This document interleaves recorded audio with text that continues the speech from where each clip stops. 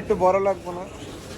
হ্যাঁ, যখন আমরা আগে আসতাম এই বাড্ডা সাঁতারকুল এগুলো সব পেঁপের সালাদ। আজকে আম্মা আমার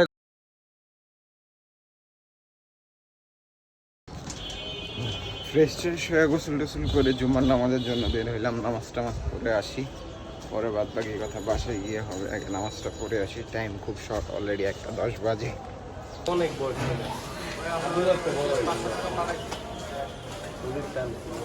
আব্দুল্লাহর দেহটা দিন দিন ছোট হয়ে যাইতেছে।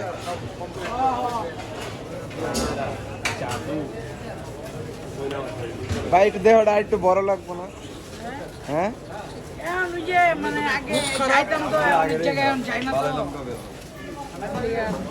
আইলা জাদু ভাই। নামাজ পড়ে আমার বাসা থেকে খাবার চলে আসছে, আর বাবা এইখানে কার্টুন দেখে। কিন্তু বাবা একটা স্টিকার লাগাইছে, সেই স্টার বাইকারের সিফাত বাইকের গ্রুপের স্টিকার। উল্টা উল্টা দেখা যাইতেছে পুরো। এই যে এইভাবে আমি দেখাই, এই যে এই হচ্ছে স্টার বাইকারের স্টিকার বাবাই লাগাইছে বাইক তার ট্যাবে। সুন্দর লাগছে স্টিকারটা না বাবা? এখানে খোলা যায় না, খোলা দেব না। তারপর একটু ঘুম দিছিলাম, আম্মা আব্বা সবাই বাসায় আসছিল, নাস্তা খেয়ে বের হইলাম। স্বপন বাইরে আসছে বনানী থেকে, ওই যে বিরিয়ানি ভাইও চলে আইছে।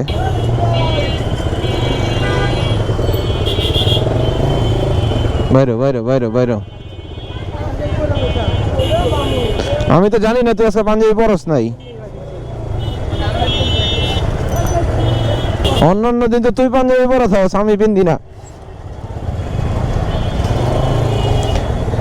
থামাই দিলে এমন ভাবে কোন দিকে যাইবো হদিস নাই। একটু ভাবলাম যেহেতু ভাইরা আসছে, সোহাগ আছে, স্বপন ভাই আছে, তাই একটু ঘুরে আসি 100 ফিট থেকে। তেমন একটা কাজ কামও নাই, এবং যেহেতু ডেইলি ব্লগ করতেছি তাই ক্যামেরাটা সাথে নিয়েও বের হইলাম। আর এই 100 ফিটে মনে হয় না বেশি দিন আর যাইতে পারবো, হয়তো আর 1 দিন কি 2 দিন যাইতে পারবো। কারণ আজকে থেকে পুরোপুরি গরু নামা শুরু হয়ে গেছে, সামনে গেলে বোঝা যাবে। কাদা থাকলে কান্দ করে নেবেন, কাদা থাকলে গাড়ি যায় নিয়ে যাইব না, ওয়াশ করে আনছে দেখা। স্বপন ভাই একজন লোক, হ্যারে নিয়ে কোনো জায়গায় ঠিকঠাক মতো আমি যাইতে পারি না। এই সমস্যা থাকে, এই সমস্যা থাকে, এটা করবো না ওইটা করবো না। ওয়েদারটা খুব জোস, বিকালবেলা এই ওয়েদারে ঘুরতে খুব ভালোই লাগে। বিশেষ করে বিকাল টাইমটা তো বেরি হই, বাট এই ওয়েদারটা সবসময় থাকে না। এই ওয়েদারটা থাকলে তো আলহামদুলিল্লাহ। এখন যেহেতু গরুর হাট বয়ে গেছে, এই জায়গাটা একটু জ্যাম থাকবে। সেটাই তো, যাতায়াত করতে হইব না, মানুষজনের যাতায়াত ব্যবস্থা করতে হইব না, নাইলে হাটে যাবে কেমনে? যাতায়াত সুবিধা না থাকলে তো হাঁটাইব না মানুষ। সময় ছিল যখন এই যে বেড়াই, যখন আমরা আগে আসতাম এই বাড্ডা সাঁতারকুল এগুলো সব ঘুরে তারপরে আসতে হইতো, প্রায় 1.5-2 ঘন্টা লাগতো এই বেড়াই আসতে। আর এখন 10-15 মিনিটের মধ্যে আমরা 100 ফিট দিয়ে আসতে পারি। রাস্তা উন্নত হওয়ার কারণে কিন্তু সহজ অল্প সময়ের মধ্যে যে কোনো জায়গায় যাওয়া যায়। আর সব থেকে বড় কথা এই যে আমরা যাতায়াত করি, রাস্তাঘাট ভালো না হইলে কিন্তু যাতায়াত করেও শান্তি নেই। আমরা এই যে ট্রাভেল করি, ট্যুর করি, বেশ কিছু জায়গায় ট্যুর করে যেখানে এখন পর্যন্ত রাস্তা হয় না, ওটা হচ্ছে অ্যাডভেঞ্চার। অল্প কিছু সংখ্যক মানুষ আছি আমরা যারা অ্যাডভেঞ্চার রাইড পছন্দ করি, এবং অনেকে অ্যাডভেঞ্চার রাইড মোটামুটি সবাই পছন্দ করে, বাট অল্প কিছু মানুষ আছে যারা অ্যাডভেঞ্চার রাইড রেগুলারলি করে।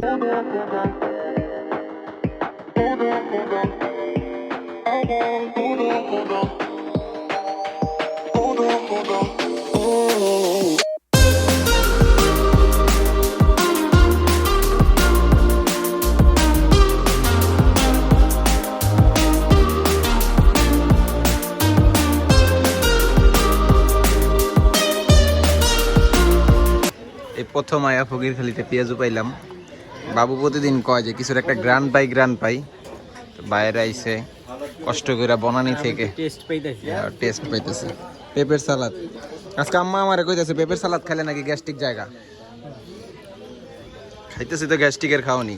বসলাম ফকিরখালিতে, একদম সন্ধ্যা অন্ধকার হয়ে গেছে, এতক্ষণ সচরাচর বসি না, সবাই বসলাম, আড্ডা টাড্ডা দিলাম। সো এর মধ্যে অন্ধকার হয়ে গেল ঠাস করে, বুঝতেই পারলাম না কথা বলতে বলতে।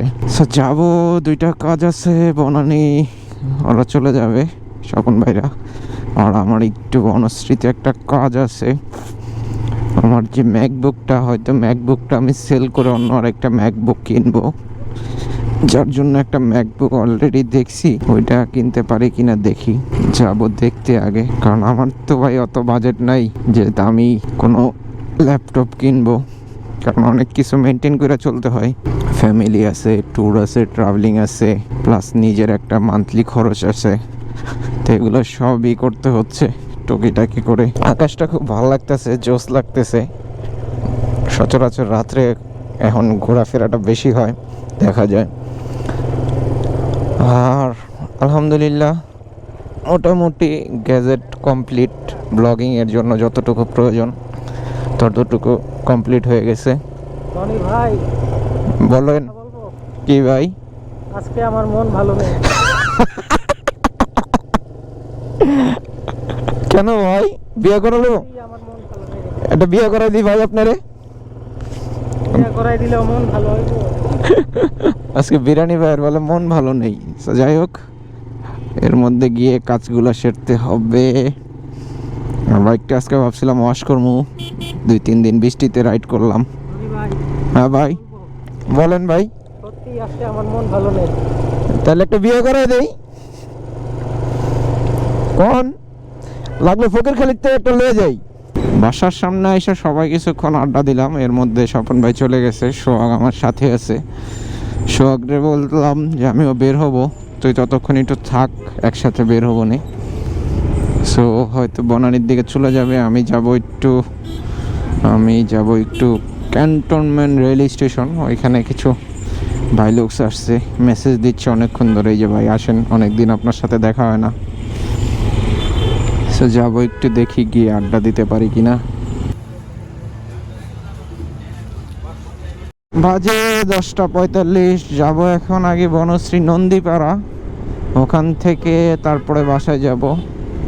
অনেকগুলা কাজ জমে আছে, এগুলাও কালকে করতে হবে, হয়তো বা কালকে একটু চিটাগাং যাওয়ারও প্ল্যান আছে, বাকিটা আল্লাহ ভরসা, দেখি কি হয়। বাইকে ফুয়েলও নিতে হবে, ফুয়েলও কম আছে। হ্যাঁ, লাস্ট তো গাজীপুর যেদিন গেলাম ওই দিনকে ফুয়েল নিলাম, এরপরে তো আর ফুয়েল নেওয়া হয়নি।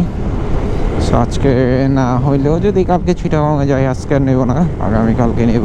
চলে গেছে, আমিও বের হয়ে গেলাম, যাবো খিলগাছ, যত তাড়াতাড়ি পসিবল বাসায় যেতে হবে। ক্ষুধা লাগছে, মেন কথা হচ্ছে এটা। এদিক দিয়ে 1 নম্বর দিয়ে হাতির ঝিল দিয়ে চলে যাব। রেগুলার ডেতে এই রাস্তাটায় তেমন একটা জ্যাম থাকে না, কিন্তু যখন অফ ডের পরে, যখন থার্সডে আর হচ্ছে গিয়া স্যাটারডে হয়, এই রাস্তাটায় প্রচুর পরিমাণে জ্যাম থাকে, কারণ হচ্ছে বাইপাস সিলেক্ট করার মতো এই রাস্তা দিয়ে এর থেকে ইজি ওয়ে আর নাই। সব বাইপাসের যত ট্রাক আছে সবগুলো এদিক দিয়ে যায়, অনেক টাইমে বাসগুলোও যায়।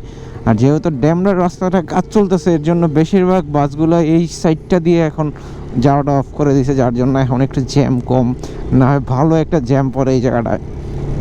আর যেদিন বাজার থাকে, বাজার থাকলে তো কোনো কথাই নেই, বাজারের কারণে আরও জ্যাম থাকে, বাট আজকে দেখতেছি একদমই টোটালি ফ্রি, এই জিনিসটা ভালো লাগতেছে। একটু আর্লি যাইতে চাইছিলাম, জ্যাম না থাকার কারণে আর্লি যাওয়া হচ্ছে নন্দীপাড়াতে। সো এই হচ্ছে ম্যাকবুক প্রো, এটাই দেখার জন্য আসছি। সো চেক করতেছি, ডাটা ট্রান্সফার করতেছি, কেমন হয় না হয় জানি না, চেক করব, তারপর কথাবার্তা বলবো, প্রাইস ফিক্সিং করব, যদি হয় পরবর্তীতে আমারটা সেল করে আয়সা নিয়ে যাব। সো দেখি বাকিটা কি হয়। দেখে বের হইলাম, বাকিটা আল্লাহ ভরসা, বাসার দিকে যাই, গিয়ে বাকিটা বোঝা যাবে। আর যাইতেও সময় লাগবে, প্রায় বাজে 11:15, অনেকক্ষণ দেখলাম। সো ওনার এখানেও দেখলাম, ভালো লাগছে।